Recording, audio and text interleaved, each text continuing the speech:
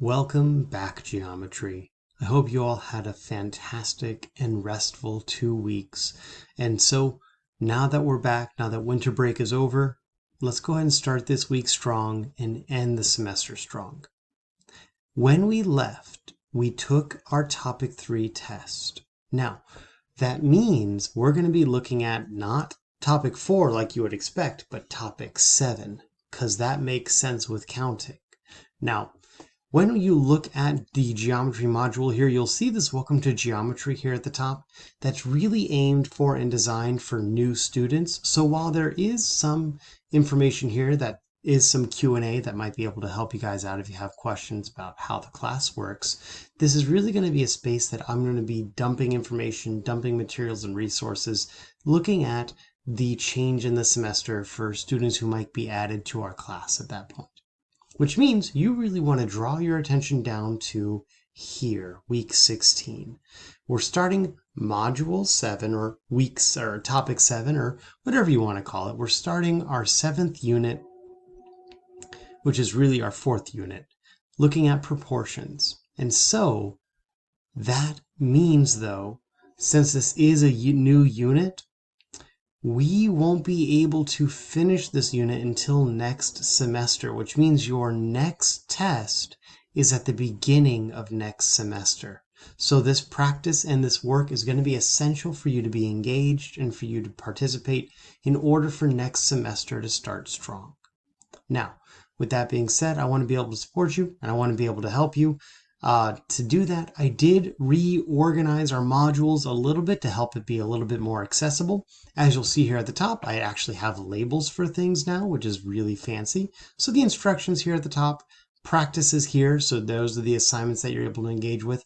The quiz is in a slightly different format. It is available. You can hop on and actually take a look at it. So when you click it, loading, there it goes. It is focused on some reflection questions and really diving into debriefing and looking at how remote learning is working and how you're able to take advantage of your resources and your learning. So here you go, looking at what's your highest score, was it the score you were expecting and why? So that's really hopping on to the reflections that's at the end of the practice itself. And then looking at growth, really reflecting on the learning that you've done this past week, looking at what struggles you've had this past week or what was the hardest thing for you to learn this past week.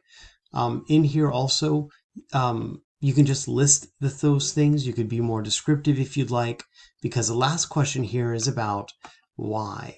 So if you are satisfied with your score this past week, what was something that helped you be successful about it? But if you weren't satisfied with your score, or if you struggled to engage with it, what are the reasons for that? And it can be both academic and personal. It could be you weren't able to organize your time, other things were in the way, or it is that you looked at it and you didn't know how to do it. And so if those are the things, and whatever those cases and whatever those things are, how can we overcome that? How can you overcome that? And so thinking about something specific. So for example, if there are things that you didn't know, well, email me. Or you can take advantage of the textbook that you guys have. Or you can take advantage of the internet resources and typing things into Google or watching those videos I make again. But make it specific and something that you can actually follow up on and do. So when I look at this and I see email Mr. Casil, I would go back in my email and actually look for it, looking to see if I missed it or not. Because I absolutely expect you guys to be able to follow up on this, to be able to make this learning experience better for you guys in order to make it more successful for you guys if that's what you need. So, ladies and gentlemen, this does count as a quiz, but it is a survey. So just completing it gives you full credit on it. And you're able to complete it regardless of how well or how much you've struggled on the practice itself.